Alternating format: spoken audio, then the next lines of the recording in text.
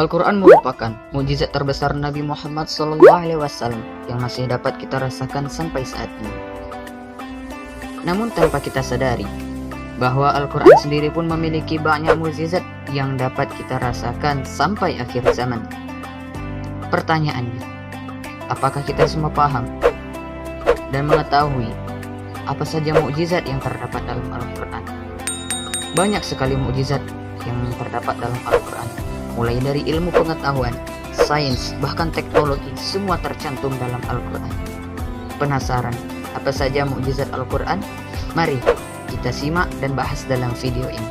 Bismillahirrahmanirrahim. Assalamualaikum warahmatullahi wabarakatuh. Hamdan wa syukranillah, salatan wa salaman ala rasulillah, maba'. Bersyukur kepada Allah dengan mengucapkan lafaz hamdalah, alhamdulillahi rabbil alamin, serta bersalawat kepada Rasulullah, Allahumma salli wa sallim wa barik alaih. Semoga kita termasuk umatnya yang mendapatkan syafaatnya di yaumil akhir kelak. Amin amin ya rabbal alamin. Perkenalkan, nama saya Abdul Aji Ibrahim Lubis, asal PAI 2 semester 1. Kali ini saya akan membahas sebuah materi tentang mata kuliah Al-Quran yang berjudul Mukjizat Al-Quran.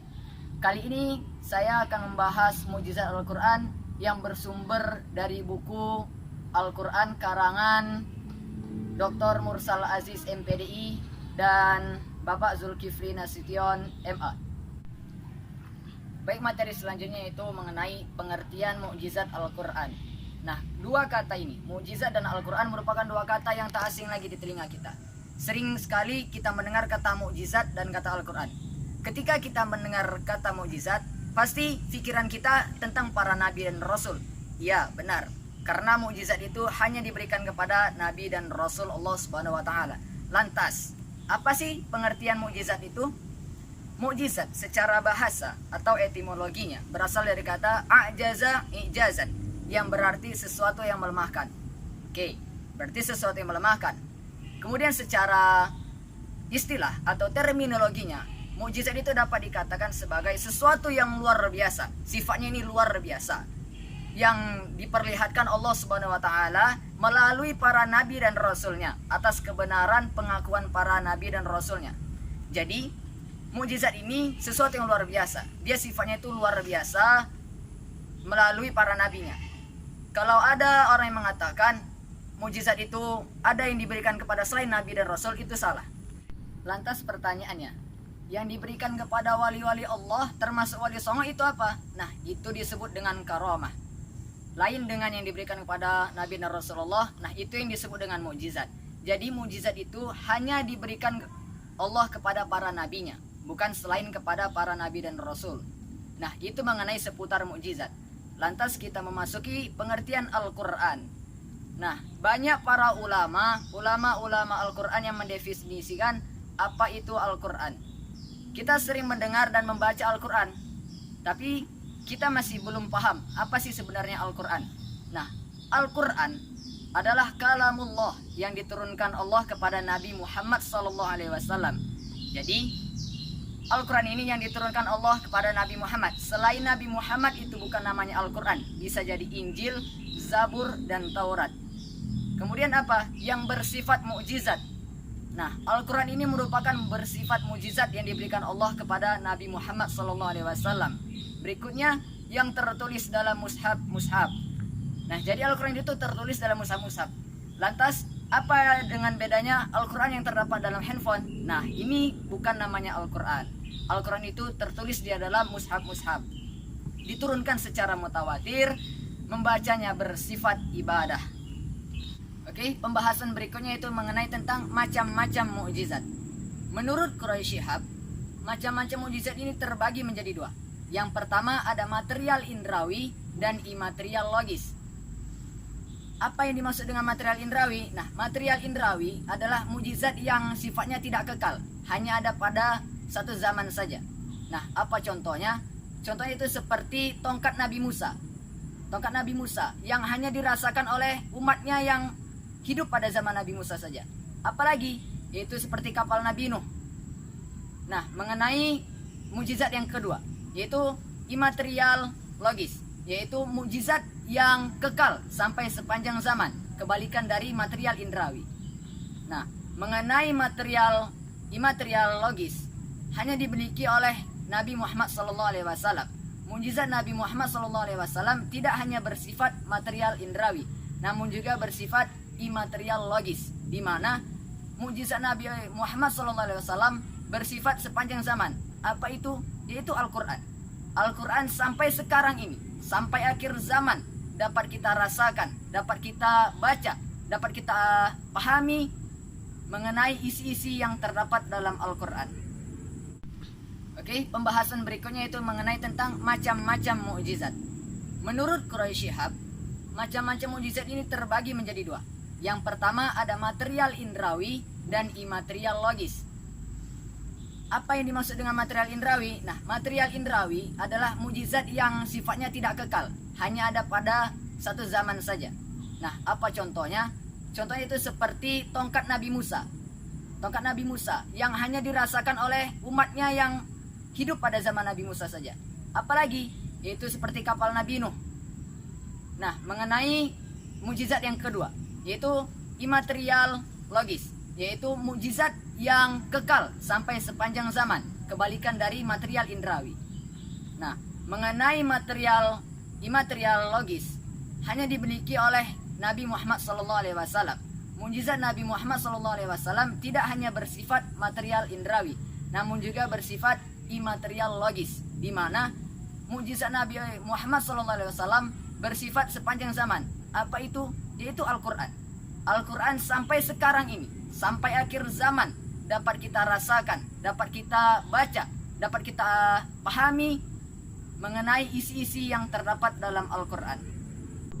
Oke, kita sudah memahami dan mengetahui apa itu mukjizat Al-Quran, apa itu Al-Quran, dan macam-macam mukjizat. Nah, kali ini saya akan memasuki pembahasan mengenai mukjizat yang terdapat dalam Al-Quran.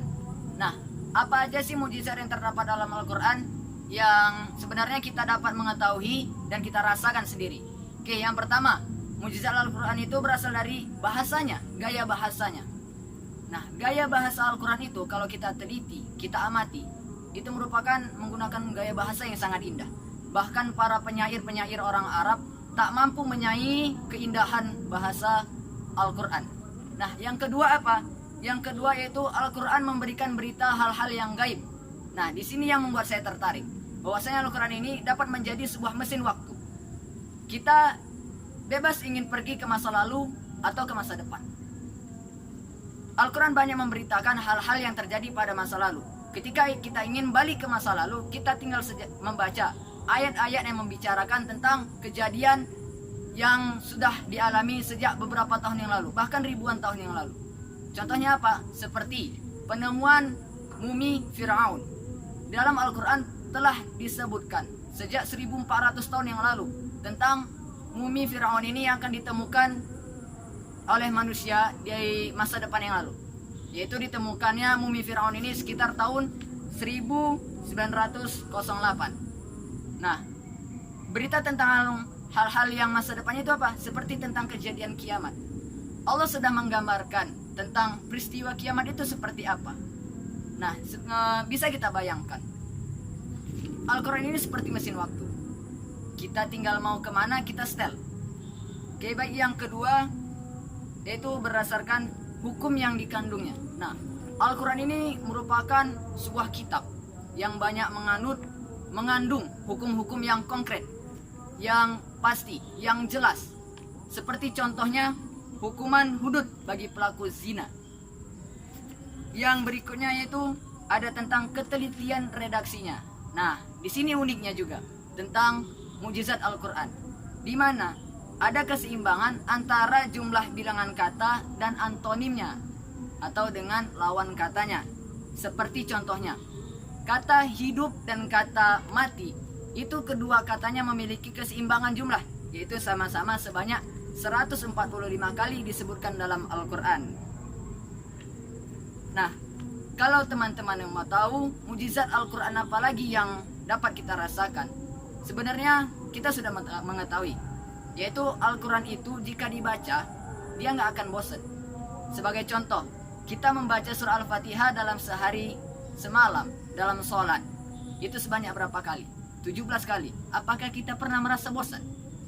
Jawabannya tentu tidak. Berbeda dengan kita membaca novel, koran, buku, kita baca sekali dua kali, oke, kita nggak akan merasa bosan. Tapi ketika kita membacanya berulang kali, kita akan merasakan bosan dan ingin mencari bacaan yang baru. Namun Al-Quran tidak. Al-Quran ini membawa kesejukan hati sehingga dia tidak akan merasa bosan ketika kita membacanya. Baik, yang tadi merupakan pembahasan mukjizat Al-Quran dari segi bacaannya. Nah, mukjizat Al-Quran ini juga dapat dibuktikan secara sains. Banyak penelitian yang sudah membuktikan tentang kemukjizatan Al-Quran. Di antaranya mukjizat Al-Quran yang telah dibuktikan oleh sains, yaitu yang pertama, matahari dan sumber cahaya bulan. Nah, para ilmuwan sudah meneliti bahwasanya sumber cahaya bulan itu berasal dari matahari. Bukan bulan itu sendiri yang menimbulkan cahaya. Hal ini sudah dijelaskan dalam Al-Quran sejak 14 abad yang lalu. Yaitu Allah yang berfirman, dalam artinya, dialah yang menjadikan matahari bersinar dan bulan bercahaya dan ditetapkannya manzilah-manzilah bagi perjalanan bulan itu, supaya kamu mengetahui bilangan tahun dan perhitungan waktu. Allah tidak menciptakannya yang demikian itu melainkan dengan hak. Dia menjelaskan tanda-tanda kebesarannya kepada orang-orang yang mengetahui. Nah, jelas ya, berarti cahaya bulan itu berasal dari cahaya matahari yang sudah dijelaskan dalam Al-Quran sejak 14 abad yang lalu. Nah, berikutnya apa yang sudah dibuktikan oleh sains? Yaitu adanya perkawinan setiap makhluk hidup. Nah, setiap makhluk hidup pasti melakukan perkawinan, baik itu manusia, hewan, tumbuhan. Hal ini sudah dijelaskan dalam Al-Quran, bahwasanya dan segala sesuatu kami ciptakan berpasang-pasangan supaya kamu mengingat kebesaran Allah Subhanahu wa taala. Nah, yang lainnya itu apa? Yaitu perbedaan sidik jari setiap manusia. Mungkin ini yang dapat saya sampaikan. Kembali lagi saya ingatkan kepada teman-teman sekalian, khususnya kepada diri saya, bahwasanya mukjizat Al-Quran itu mau kita gali sampai kapanpun tak akan ada habisnya. Ada saja hal-hal yang baru ditemukan dalam Al-Quran, baik itu bersifat ilmu pengetahuan, sains maupun teknologi. Baik, ini mungkin yang dapat saya sampaikan. Lebih dan kurang saya mohon maaf, kepada Allah saya mohon ampun. Ila liqa' ma'as salamah. Assalamualaikum warahmatullahi wabarakatuh.